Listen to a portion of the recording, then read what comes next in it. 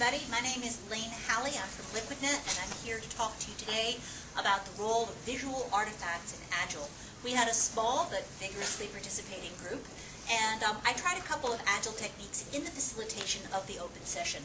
We started out by doing a silent brainstorming where everybody in the group wrote down something they'd like to talk about, and we created a backlog. And as we went through a very sort of free-form conversation, we kept checking in with our backlog and moving things to on deck. And we lost a couple people, and their things fell out of the backlog because they weren't there to represent them. So we got through a good percentage of things that we wanted to talk about. So let me go through what we discussed. As we were going through, we tried to kind of focus on some topics. Some of the challenges that we talked about were mock-ups evolve, and so if you don't have a good, clear representation of the design of the product as you're moving forward, it's very difficult for other groups like QA to stay in sync. So if somebody decides to make a change in the product, QA downstream can be testing the wrong thing. That's a challenge. Another challenge is it's hard to understand when a decision about a functional aspect of the product has a big impact on the way that the user interface is going to behave. And so communication with visual artifacts helps the team understand whether this is going to be an easy change or a hard change, and then make decisions about trade-offs as a result of that.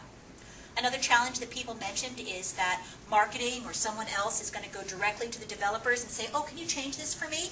And that isn't visible to the whole team when one person on the team is just making a change in the code. Having some kind of persistent visual artifacts like a wireframe or mock-ups or sketches helps the whole team remember and recognize when changes are being made. And then another challenge that was mentioned was going to code too soon, failing to visualize and validate the user experience of the product. So that's the sad stuff. Let's get happy. So a lot of stuff was working for our group. So we heard stories about a part-time user experience person who actually is embedded to this team, and the roles of this person is to create a UI specification with screenshots and actions specified and keep that up to date throughout the project. Visual artifacts help the whole team work on the same concept. One thing we were discussing was a big challenge, kind of building off the Agile failure talk we heard, is when teams are not necessarily understanding the business objectives and aren't all sharing the same concept. And we felt that visual artifacts really helped the team understand that they were all working on the same thing. Communication was improved by having a user experience designer attend stand-ups. So instead of having designers as a separate process that never really participated, bringing them in, having them attend stand-ups was seen as something that was working.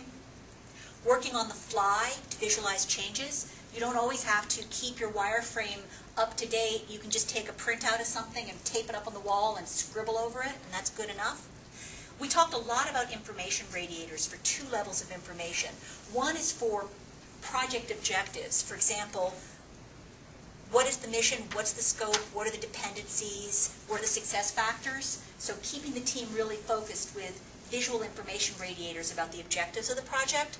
And then we also talked about using it for user research issues, like who are we talking to? Who have we validated things with?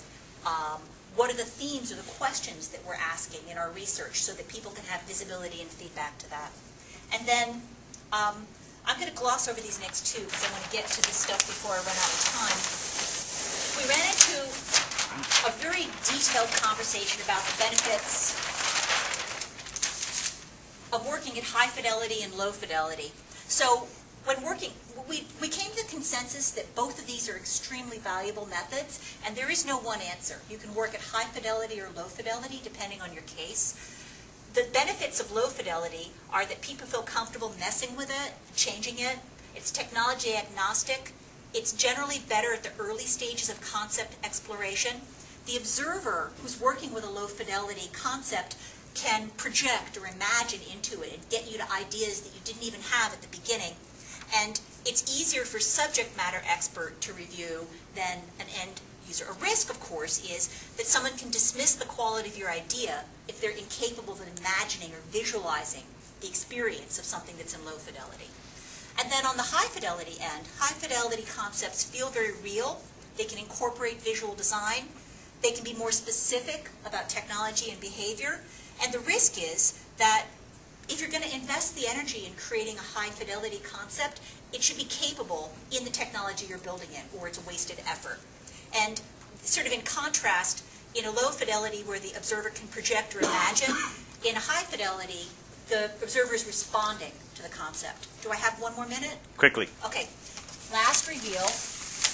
Three ideas we talked about that you can practice with your teams are a concept called product box, where you actually get a cardboard box and you draw the box that your product would come in, and it helps you get to the headline for what your product is good for. That's a collaborative exercise. Design studio, which is a kind of collaborative sketching, where you set the context and people draw and then share their drawings.